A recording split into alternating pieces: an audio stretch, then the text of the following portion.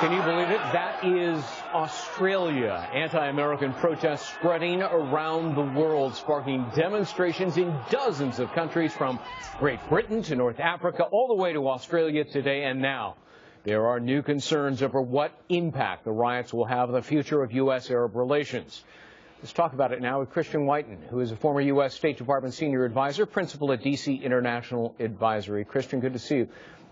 First of all, why the anti-American sentiment? Is it this, internet film depicting the Prophet Muhammad, or is that really just a pretext for a more pervasive and diverse anger that may be directed or misdirected?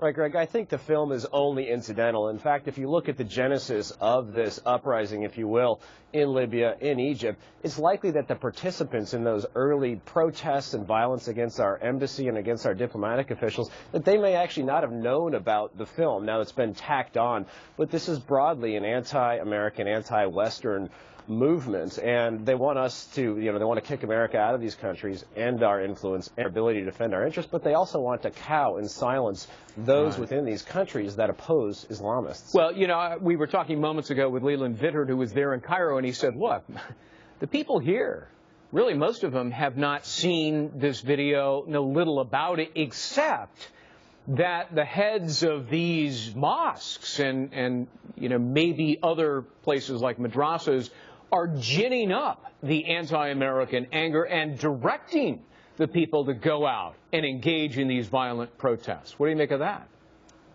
I think that's absolutely right. And you have Islamists, which are distinct from Muslims. Islamists, people who want to unify mosque and state. It's a political movement, and they have had a pretty good year so far. Islamists have taken control of Egypt, control of Tunisia, and they're about to take control of Syria and Syria's chemical weapons arsenal. So this is, I think, an attempt to take it to the next level. Right. And we have a U.S. government that's not really pushing back at all, that's not even recognizing what's going on here. Well, I want to ask you about that, because the Romney campaign, as you know, places the blame squarely on the policies of President Obama, the so-called apology tour, what's described as a record of appeasement, leading from behind, etc. And here's what his foreign policy advisor said, and I'll quote him, Richard Williamson. For the first time since Jimmy Carter, we've had an American ambassador assassinated in Egypt and Libya and Yemen. Again, demonstrations that respect for America has gone down. There's not a sense of American resolve, and we cannot even protect sovereign American property. The president can't even keep track of who's our ally or not. This is amateur hour, end of quote. What about that? Yeah, I think Rich is right here. Obama has, frankly, the epicenter of his apology tour was in Cairo. It was in Cairo where he basically apologized for U.S. actions taken after 9/11 to defend the United States. In Cairo where he apologized for something that happened years before he was born, where the U.S. defended against Soviet encroachment in the Middle East. And just as bowing to the Saudi king didn't lower gas prices, just as apologizing for accidental Koran burning in Afghanistan didn't mollify our adversaries there, apologizing for American actions to defend our interests in Cairo, in Egypt, hasn't mollified our opponents there. And the White House is saying, they're just upset at this film. And Hillary said, it's just a small and isolated group. Well, it's not. It's a broad political movement that we should address and push back against. Well, and many people wonder, how could we be blindsided by this? And that invites the column I read recently by Mark Thiessen in the Washington Post. According to White House records, he reports that President Obama skips his daily intelligence meetings more than half of the time. How unusual is that?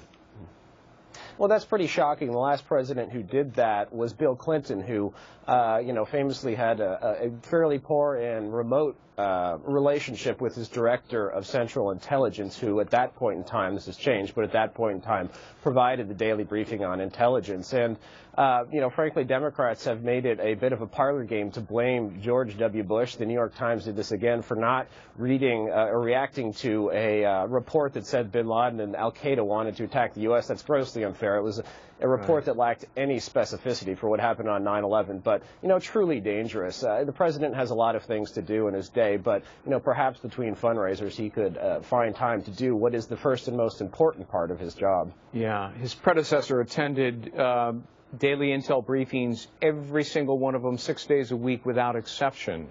But let me move on to Secretary of State Hillary Clinton. She tried to calm Muslims by denouncing the videotape which insults Islam. I haven't seen it, but it depicts that apparently. But at the same time, she denounced the violence against our embassies. Is there a moral equivalency there? I mean, is she somehow apologizing for free speech, which of course is our most cherished right in America? That's right. I think it's somewhat foolish and misleading. You know, we have to come out and say that these are not actions of the U.S. government. They're not official policy. But regardless, frankly, even if they were, it is not okay to commit violence against us, to attack diplomatic compounds. It's also not okay for governments to not take all of the steps that they have promised under the Vienna Convention to protect our diplomatic compounds. You know, in Egypt, we pay those people more than $1 billion a year to hate us. I'll bet they do it for free. It's really shocking, and frankly, it's appalling that they were allowed, that local Egyptians were allowed to do what they did to our embassy. It's a little bit more understandable in Libya because they're still in early days of reconstituting a civilian-run government, but really shocking. Christian Whiton, thank you very much.